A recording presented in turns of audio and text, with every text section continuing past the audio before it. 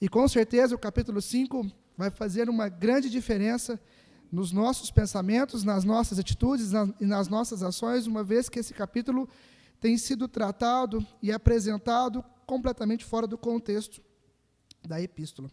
Vamos então abrir as nossas Bíblias para a carta de Paulo aos Efésios, capítulo 4, e nós vamos ler a partir do verso 15 até finalizarmos o verso 32 e contamos com as bênçãos do Senhor na meditação da sua palavra.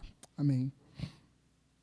Diz assim a Escritura: antes, seguindo a verdade em amor, cresçamos em tudo naquele que é a cabeça, Cristo. Dele, todo o corpo, ajustado e unido pelo auxílio de todas as juntas, cresce e edifica-se a si mesmo em amor, na medida em que cada parte realiza a sua função. Assim, eu lhes digo, e no Senhor insisto, que não vivam mais como os gentios que vivem na futilidade dos seus pensamentos. Eles estão obscurecidos no entendimento e separados da vida de Deus por causa da ignorância em que estão, devido ao endurecimento dos seus corações. Tendo perdido toda a sensibilidade, eles se entregam à depravação, cometendo com avidez toda a espécie de impureza. Todavia, não foi assim que vocês aprenderam de Cristo. De fato, vocês ouviram falar dele e nele foram ensinados de acordo com a verdade que está em Jesus. Quanto à antiga maneira de viver, vocês foram ensinados a despir-se do velho homem, que se corrompe por desejos enganosos, a serem renovados no modo de pensar e revestir-se do novo homem, criado para ser semelhantes a Deus, em justiça e em santidade, provenientes da verdade. Portanto, cada um de vocês deve abandonar a mentira e falar a verdade ao seu próximo, pois todos somos membros de um mesmo corpo. Quando vocês ficarem irados, não pequem, apaziguem a sua ira antes que o sol se ponha, e não deem lugar ao diabo. O que furtava, não furte mais, antes trabalhe, fazendo algo útil com as suas mãos, para que tenha o que repartir com o que estiver em necessidade. Nenhuma palavra torpe saia da sua boca, mas apenas que for útil para edificar aos outros, conforme a necessidade, para que conceda graça aos que ouvem. Não entristeçam o Espírito Santo de Deus, com o qual vocês foram selados para o dia da redenção. Livre-se de toda amargura, indignação e ira, gritaria e calúnia, bem como de toda maldade. Sejam bondosos e compassivos uns para com os outros, perdoando-se mutuamente, assim como Deus perdoou vocês em Cristo. De fato, o Senhor abençoe nos pensamentos da sua palavra. O apóstolo, então, tem o tema principal, o foco na unidade do corpo. E o texto de toda a carta, ele fala sobre a igreja de Deus. Paulo começa revelando os planos de Deus para o homem, começa revelando a situação do homem, a grandeza da salvação, os grandes planos de Deus, o mistério de Deus, que é a igreja, né, o corpo místico do Senhor Jesus Cristo aqui nessa terra. A unidade desse corpo, a grandeza, o valor, o poder, o privilégio que temos de fazer parte desse corpo. Uma vez que éramos gentios, uma vez que estávamos longe de Deus, uma vez que nós não pertencíamos ao povo chamado Israel, o povo de Deus. Esse privilégio foi estendido a nós, e Paulo trata desse privilégio que nós temos. Então, Paulo,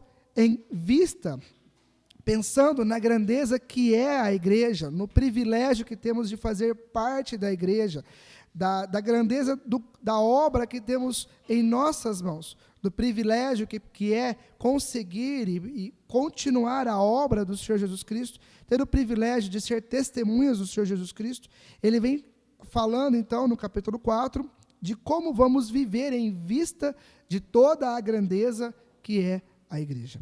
Então, ele inicia o capítulo 4, nos versos 1 a 16, falando de como vamos viver de forma coletiva, né? Como vamos viver nesse corpo, como vamos nos portar nesse corpo.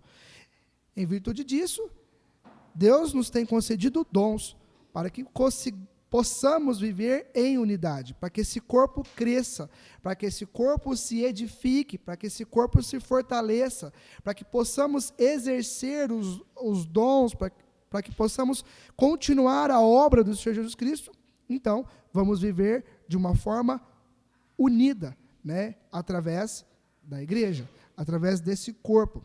E Paulo, então, continua os seus pensamentos e fala, olha, nos versos em que lemos aqui, né, nós temos que viver como uma unidade, nós temos que viver como um corpo. Em vista disso, Deus, sabendo de toda a necessidade, Ele tem repartido os dons. Ele tem dado cada um papel, uma função diferente, para que juntos o corpo exerça, para que o corpo cresça, para que o corpo continue a obra do Senhor Jesus Cristo. E ele vai falar, dentro desse corpo vai ter necessidades diferentes. Dentro desse corpo vai ter irmãos que vão precisar de proteção. E é por isso, então, que é necessário o corpo viver em união. É necessário que alguns sejam protegidos do mundo aí fora. Porque alguns são muito sensíveis e eles podem ser levados, podem ser influenciados por outros aí fora. Qualquer um que chega com uma ideia diferente, com um pensamento diferente, é possível que alguns se deixem apanhar por essa ideia. Não pense, não raciocine, não reflita nas verdades da palavra de Deus. Antes, vão se levando por essa influência. Então, é necessário que dentro do corpo haja aqueles que protejam. E de que forma que vai ocorrer essa proteção? Como que vai ocorrer esse cuidado? Através dos dons que Deus tem repartido. Aqueles que têm capacidade de ensinar, vão ensinar as verdades, para que essas pessoas não caiam nas ciladas do diabo, não caia nas mentiras do diabo, não caia numa falsa mensagem, não caia no descontrole, não caia na influência de religiões, e se deixe persuadir por elas. É necessário que no corpo haja aqueles que animem, que estimulem os outros, porque durante o caminho, durante o tempo, durante os anos, alguns vão se desanimar. É necessário ter aqueles que fortaleça, que edifique, que dê ânimo para que todos continuem na mesma caminhada. Enfim, é necessário que vivamos numa união. É necessário que entendamos que cada um tem um papel, cada um tem uma responsabilidade, cada um tem um dom. E a importância de exercer e de trabalhar esse dom dentro do corpo, dentro da igreja. É como um corpo mesmo. Ora, se o meu dedo não informa para o meu cérebro que está quente o que eu estou tocando, eu vou continuar tocando isso, até que o meu corpo padeça, até que meu dedo queime, minha mão e todo o meu corpo seja prejudicado, porque o meu dedo não informou para a cabeça do que está acontecendo ali, de como está aquela situação que ele está tocando. Se o meu coração não fica sabendo que o meu corpo está em exercício e precisa de mais sangue, precisa que ele trabalhe num ritmo mais acelerado, ele vai continuar trabalhando no mesmo ritmo e vai faltar sangue em partes do meu corpo e o meu corpo vai sofrer. Ao mesmo tempo, se o meu rim não está bom, todo o corpo padece, porque vai sentir falta da função que o rim tem que exercer. E Paulo usa essa analogia para que possamos refletir de como é importante manter a unidade do corpo e de que como cada um tem um papel fundamental na estrutura, no crescimento, na ação, no desenvolvimento, na pregação, no testemunho, na obra de Cristo. Todos temos um papel extremamente importante e é necessário que tenhamos isso em consciência. O corpo tem que estar completamente ajustado e unido. Ele diz no verso 16, pelo auxílio de todas as juntas, dessa forma o corpo cresce e edifica-se a si mesmo em amor. Quando que isso vai acontecer? Quando cada um realizar a sua função, na medida em que cada parte realiza a sua função. Se todos nós realizarmos a nossa função, se exercermos os nossos papéis, se colocarmos os nossos dons em prática, tenha certeza que esse corpo vai crescer, esse corpo vai se desenvolver, ele vai crescer tanto em números, porque ele vai ser uma testemunha viva do Senhor Jesus Cristo, e as pessoas que estão ao redor vão enxergar a salvação através das nossas ações, vão enxergar Cristo através das nossas ações, vão perceber e vão sentir o amor de Deus através das nossas ações.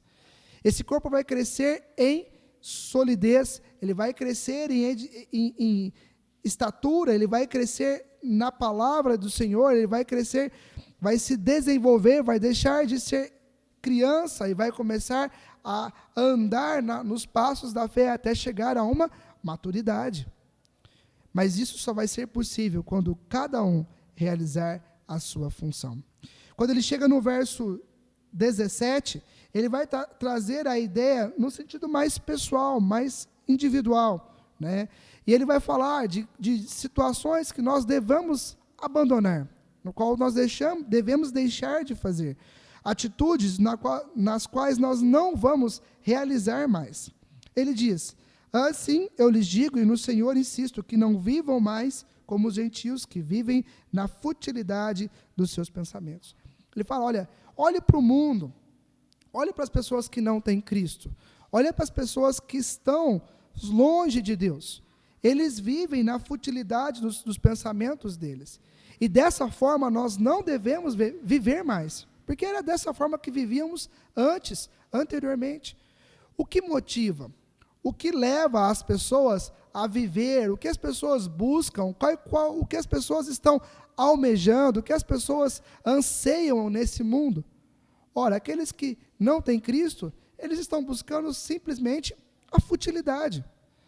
Estão buscando riqueza, estão buscando luxo, estão buscando status, estão buscando qualquer outra coisa que em si ela é vazia. Ela não leva a lugar nenhum. Ela não traz benefício nenhum. É uma situação completamente vazia, fútil. E é dessa forma com que os homens ímpios, pagãos, estão vivendo. E não é assim que nós devemos viver. Antes nós vivíamos assim. Antes nós corríamos atrás dessas futilidades. Antes nós almejávamos essas futilidades. Mas agora não. Agora nós conhecemos a verdade, agora nós conhecemos a Deus, agora nós somos filhos de Deus, agora nós temos um privilégio ímpar. Agora nós corremos atrás daquilo que é vida, daquilo que é verdadeiro, daquilo que é sólido, daquilo que traz esperança, daquilo que é eterno. Nós não devemos mais viver na futilidade dos pensamentos com que os gentios e os pagãos estão vivendo. Mas, infelizmente, apesar da orientação tão clara da palavra de Deus, muitos têm vivido como se tivesse na situação anterior à qual Cristo os salvou. Estão vivendo segundo os próprios princípios que o mundo tem vivido. Corre através de futilidade, corre atrás de riqueza, corre atrás de status, fama, e esquecem de correr atrás e de viver através dos princípios da palavra de Deus. Esquece de correr atrás daquilo que é grande, daquilo que é verdadeiro. Paulo fala, eles estão obscurecidos no entendimento e separados da vida de Deus, por causa da ignorância que estão, devido ao endurecimento dos seus corações. A palavra que no original, no grego aqui, a palavra endurecido, é uma pedra muito dura, é um mármore, é mais duro do que o mármore. É o que eles conheciam de mais rígido, uma pedra mais dura que eles conheciam na época que foi escrito essa carta. E Paulo fala que os corações dos gentios, os corações dos pagãos estão duros dessa forma, estão duros como uma pedra. Né? Por quê? Porque eles estão ignorantes com respeito à verdade. Eles não conhecem a verdade. Eles não conhecem a gravidade do pecado. Eles não conhecem a situação real que os aguarda após a morte. Por isso eles estão vivendo dessa forma. Mas e nós, que conhecemos a verdade? E nós que temos parte com Deus? E nós que somos herdeiros e cordeiros com o Senhor Jesus Cristo? E nós que somos inseridos num corpo, que temos o privilégio de sermos testemunhas do Senhor Jesus Cristo? Será que estamos com os corações tão duros assim, a não perceber a gravidade do pecado, a não perceber o fim e a que o pecado leva? E o pecado gera cada vez mais endurecimento. Né? Nós vemos a história humana, e a história revela isso de forma muito clara. Há pouco tempo atrás, certos pecados eram considerados para a sociedade como algo ruim, A sociedade, de alguma forma, abominava e repreendia alguns tipos de pecado. Mas e hoje, isso já se tornou normal, isso já se tornou natural. Já não tem mais o impacto que tinha antes, porque o coração se torna cada vez mais duro e já se perdeu a noção, a gravidade do pecado. E quanto mais pecado se comete, mais duro esse coração se torna e mais insensível à realidade o homem se torna. Dia após dia, o homem vem endurecendo e vem perdendo a sua sensibilidade.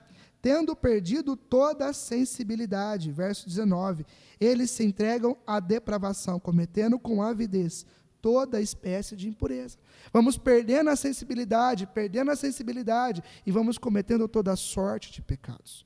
Paulo fala, nós não devemos viver dessa forma, mas devemos manter a sensibilidade, a aversão ao pecado em nossas vidas. Não vamos viver como os gentios estão vivendo. Não vamos aceitando e tornando natural o pecado em nossas vidas, uma vez que isso deixou de ser natural para nós. Ele fala que nós temos que deixar de usar essa velha natureza. É como uma roupa suja, uma roupa velha, você tira, joga fora e agora você vai usar uma nova roupa.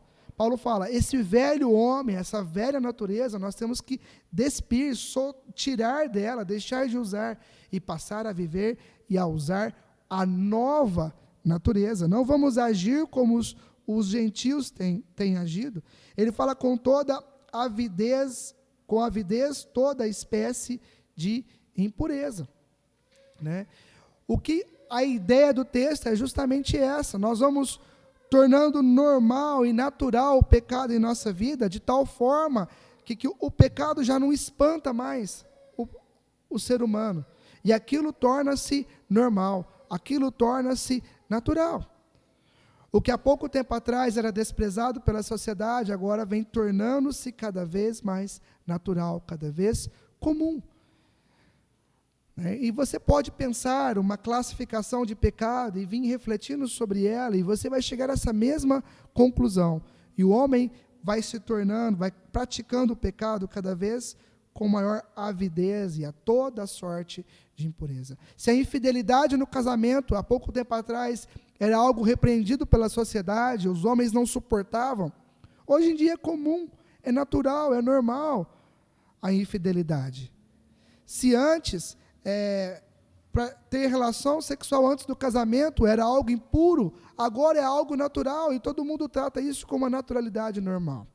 E é normal você ter vários parceiros ou parceiras, isso é natural. E aí o pecado vem cada vez mais fermentando e cauterizando, tornando cada vez mais duro e tudo que era desprezado vai se tornando cada vez mais natural. E o ser humano pratica cada vez mais abominações, o pecado se torna cada vez mais abominável, o ser humano vai mergulhando nessa profundeza do pecado, e quanto mais ele mergulha, mais natural o pecado se torna. Ele fala no verso 20, todavia não foi assim que vocês aprenderam de Cristo. De fato, vocês ouviram falar dele e nele foram ensinados de acordo com a verdade que está em Jesus. Quanto à antiga maneira de viver, vocês foram ensinados a despir-se do velho homem, que se corrompe por desejos enganosos, e serem renovados no modo de pensar e revestir-se no novo homem, criado para ser semelhantes a Deus em justiça e em santidade, provenientes da verdade. Ora, não foi assim que Cristo nos ensinou. Cristo nos deu uma nova vida, Cristo nos deu uma nova mente, ensinou-nos a ver e a enxergar a verdade. Os nossos olhos foram abertos para a verdade, agora nós entendemos a gravidade do pecado, agora nós compreendemos a grandeza, o quão terrível, o quão horrível é o pecado. E não foi assim que Cristo viveu, não foi assim que Cristo nos ensinou a viver. Antes, Cristo nos mostrou a verdade, para que possamos viver baseados de acordo com a verdade no qual nós fomos ensinados. Cristo renovou a nossa mente, nos deu um novo jeito de pensar, uma nova forma de olhar para a vida, nos deu perspectiva do futuro, nos mostrou o que é os céus, nos mostrou o que nos aguarda, nos deu esperança, mostrou a realidade. Agora nós temos que viver de forma digna na qual nós fomos chamados, baseados naquilo que Cristo nos tem ensinado. Vamos deixar esse velho homem, vamos nos despir dessa velha natureza, vamos nos moldar e viver de acordo com a nova natureza no qual Cristo nos tem dado. Ele fala, a serem renovados no modo de pensar e revestir-se do novo homem, criado para ser semelhante a Deus, em justiça, em santidade, provenientes da verdade. Nós somos criados para ser semelhantes a Deus. Somos criados para ser semelhantes ao próprio Senhor Jesus Cristo. Quando Adão e Eva pecou, eles perderam essa oportunidade, eles perderam o privilégio de ser semelhantes ao próprio Deus, justo, santo. Adão e Eva foram criados de forma justa, de forma pura, de forma santa. Mas quando eles pecaram, eles perderam a santidade. E aí eles deixaram de ser semelhantes a Deus nesse quesito, nessa qualidade. Mas em Cristo Jesus, nós temos o privilégio de voltarmos à nossa origem. Nós temos o privilégio de vivermos de forma santa, na qual nós fomos predestinados, na qual nós fomos criados. Fomos criados para ser semelhantes ao próprio Deus. E em Cristo, nós temos o privilégio de vivermos novamente de forma semelhante pela qual nós fomos criados. Nós temos o privilégio de voltarmos à origem e sermos aquilo no qual Deus criou e no qual Deus predestinou, no qual Deus sonhou, no qual Deus desenhou, para que sejamos santos como Ele o é. 25, portanto, cada um de vocês deve abandonar a mentira e falar a verdade ao seu próximo, pois todos somos membros de um mesmo corpo. As práticas do pecado em nossas vidas têm que deixar de existir, né? Não vamos pecar, não vamos tratar o pecado com naturalidade. Eu li um comentarista a respeito dessa frase, e ele foi muito sábio. A mentira do homem se torna...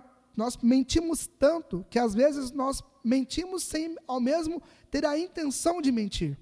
Ou seja, a mentira se torna tão prática na nossa vida, nós mentimos tanto que, sem perceber, talvez sem ter a real intenção de mentir, nós vamos mentindo, né? E quando chegar lá na frente, aí que nós vamos perceber a gravidade daquilo que fizemos lá atrás. Nós devemos ter a prática de falar e de viver somente na verdade. E isso é contrário à nossa própria natureza, que é mentir. Por isso Paulo usa aqui a mentira. Nós temos que exercitar, nós temos que trabalhar a nossa mente, nós temos que trabalhar o nosso pensamento para que possamos falar somente a verdade. Quando nós vamos contar uma história, é muito comum aumentarmos um pouco a situação, colocarmos um detalhe a mais, extra na história, para que ela se torne mais empolgante, para que ela se torne mais atraente, para que a pessoa se prenda naquilo que nós estamos contando. Mas isso é uma mentira. E Paulo fala, devemos deixar a mentira e falar a verdade. Ok, perdi o texto aqui. Verso 26, quando vocês ficarem irados, não pequem, apaziguem a sua ira antes que o sol se ponha. Nós não devemos irar, mas o irar aqui é no sentido negativo da ira, né? Não devemos irar-nos no sentido negativo. Quando nós olhamos para o Senhor Jesus Cristo, nós vemos Cristo se irando, mas vemos Ele irando de uma forma justa, de uma forma correta. Ele irava contra o pecado, ele se irou contra o pecado, ele irou-se contra a injustiça desse mundo. Mas quando ele foi injustiçado, quando ele foi açoitado, quando ele foi envergonhado, quando ele foi humilhado, ele não irou-se. Ou seja, quando ele era atacado, ele não se irava. Mas quando ele via o pecado, quando ele via a injustiça diante dele, ele se irava. Nós temos que ter esse equilíbrio nas nossas vidas. A ira faz parte da característica, faz parte da qualidade do ser humano. Mas nós não devemos deixar a ira tomar o lugar errado. Não devemos irar quando somos injustiçados, mas nós devemos irar contra o pecado. Nós devemos irar contra certos tipos de injustiça que nós vemos diante dos nossos olhos. Se não fosse a ira de Deus contra o pecado, aonde estaríamos nós? Você já parou para pensar nisso? Se Deus não tivesse se irado contra o pecado, aonde estaríamos nós? A que ponto o pecado teria degradado, depravado? Aonde nós estaríamos? Nós estaríamos piores do que qualquer animal, porque o pecado vai corrompendo, vai estragando, vai nos levando a uma depravação tão grande, que hoje, já nos nossos dias, nós vemos homens praticando situações que nem mesmo os animais praticam. Vergonhas, depravação tão triste, tão pesada, que nenhum animal tem coragem de praticar. E se Deus não tivesse irado contra o pecado? Se Deus não tivesse mostrado a verdade, não tivesse combatido o pecado, aonde estaríamos hoje? Qual seria o nível, o grau da situação humana? Quando Deus se irou contra o pecado, quando Deus tratou, resolveu, pôs fim na situação do pecado, nesse mundo começou a brilhar uma luz, começou a brilhar uma esperança. Obrigado. Esse mundo começou a enxergar a verdade. E a igreja, o povo de Deus, sempre combateu o pecado durante toda a história. Sempre mostrou a gravidade do pecado. E mesmo tendo essa testemunha tão clara contra o pecado, o mundo ainda está nas condições em que está. Mas se não existisse a ira de Deus contra o pecado? Devemos irar, sim, mas contra aquilo que é justo se irar. Mas o ser humano, ele se ira por aquilo que não se deve irar. E por aquilo que se deve irar, ele não ira. Esse é o natural do ser humano. Ele não fica revoltado, ele não fica irado contra o pecado, contra a injustiça, contra qualquer gravidade nesse aspecto.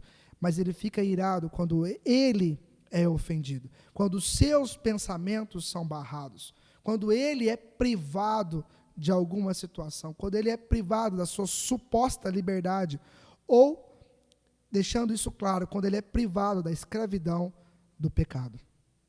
Porque o ser humano se torna escravo do pecado. E quando ele, de forma tão dependente desse vício que é o pecado, ele não pode, por algum motivo, cometer o pecado, então ele se ira contra essa situação, ele fica indignado contra essa situação, porque ele quer cada vez mais isso na sua vida.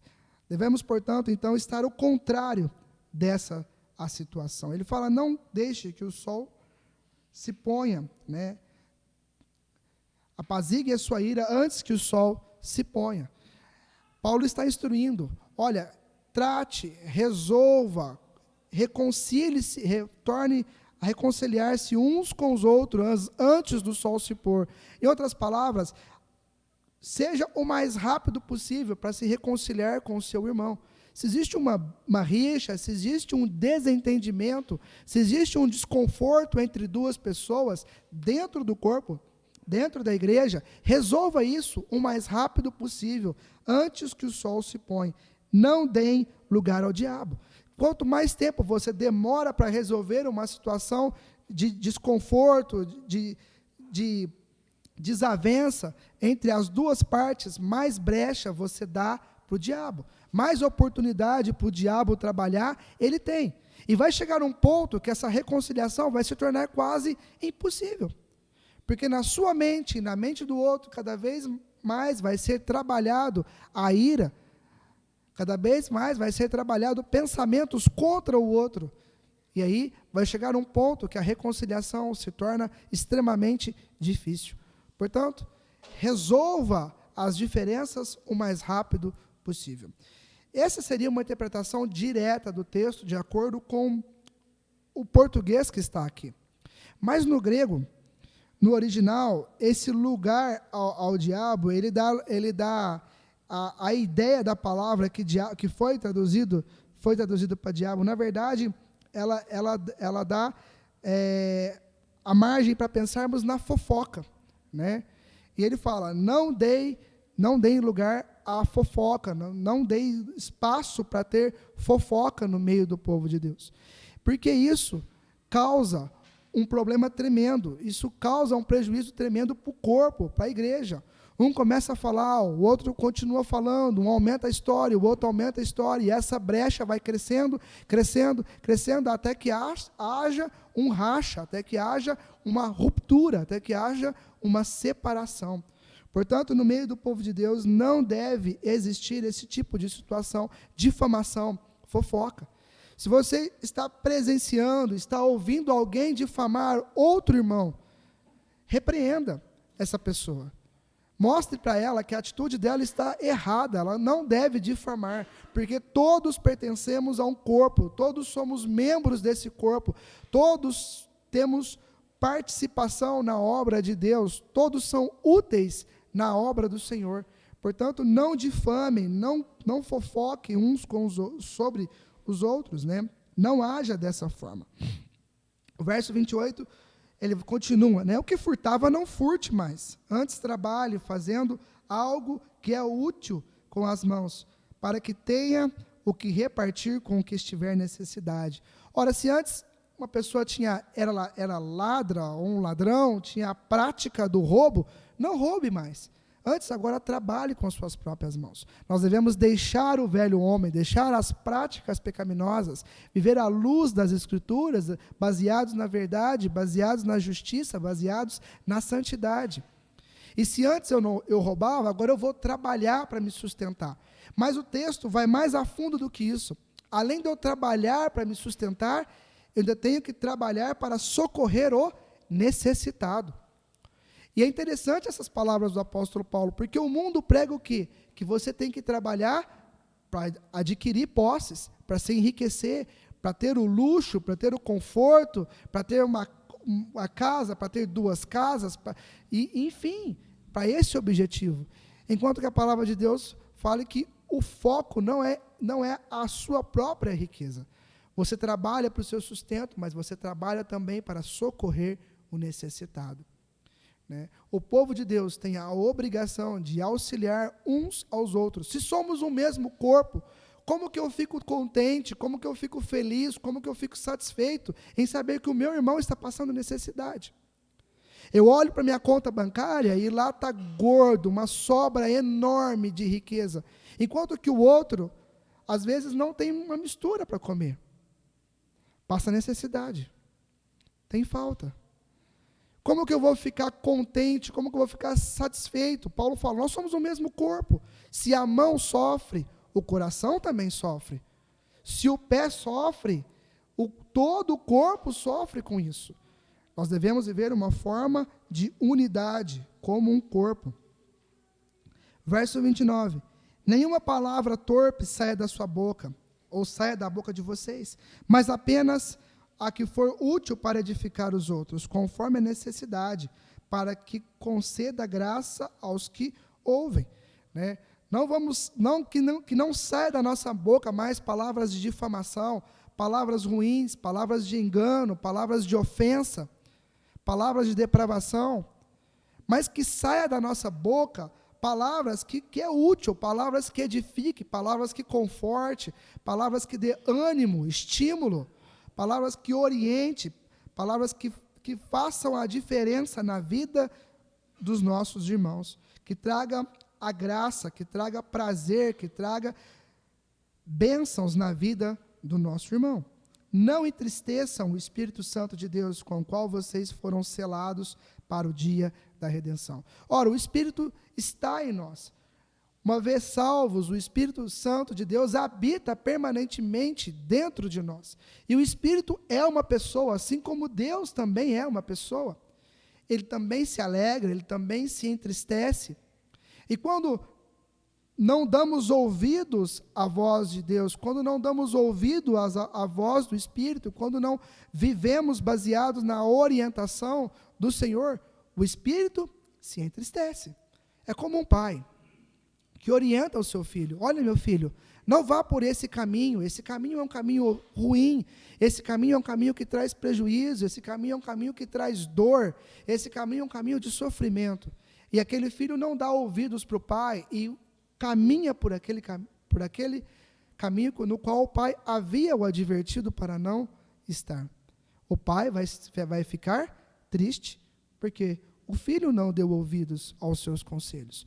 O Espírito, da mesma forma, ele orienta, ele aconselha, ele instrui. E quando nos mantemos rebeldes, quando não ouvimos o Espírito, quando estamos fazendo justamente aquilo no qual nós fomos orientados a não fazer, esse Espírito se entristece. Verso 31.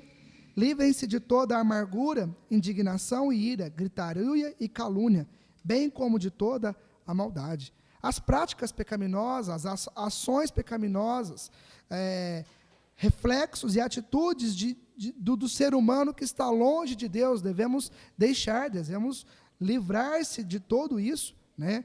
Uma amargura, um estado de inflexão, no qual nós não nos curvamos diante de Deus, não reconhecendo o nosso pecado, não reconhecendo o nosso erro, não pedindo perdão por aquilo que erramos, né? Um estado de amargura, indignação, ira, né? Nós já comentamos sobre a ira, gritaria, calúnia, que é mentira, bem como toda a maldade. Sejam bondosos e compassivos uns para com os outros, perdoando-se mutuamente, assim como Deus perdoou vocês em Cristo. Dentro do corpo, nós temos que viver dessa forma, completamente bondosos, compassivos uns para com os outros, né? Tendo paciência, sabendo perdoar, como Deus nos perdoou. Deus perdoou todos os nossos pecados, e a palavra de Deus nos diz que Deus jamais se lembrará de nenhum erro que nós temos cometido. Da forma como que nós temos sido perdoados por Deus, é assim que nós devemos perdoar os erros dos nossos irmãos, sabendo perdoar de uma forma no qual nós vamos esquecer aquela ofensa, vamos esquecer daquela situação, saber viver unidos. É necessário sabermos viver unidos em um corpo, porque todos juntos vamos crescer, vamos desenvolver, vamos ser representantes, testemunhas do Senhor Jesus Cristo aqui nessa terra. Vamos saber transmitir e passar o amor de Deus às pessoas, mas somente se vivermos em uma unidade. Somente se vivermos como uma igreja fiel e verdadeira. Esses conselhos do apóstolo Paulo são essenciais para que uma igreja seja uma verdadeira testemunha do Senhor Jesus Cristo aqui na terra.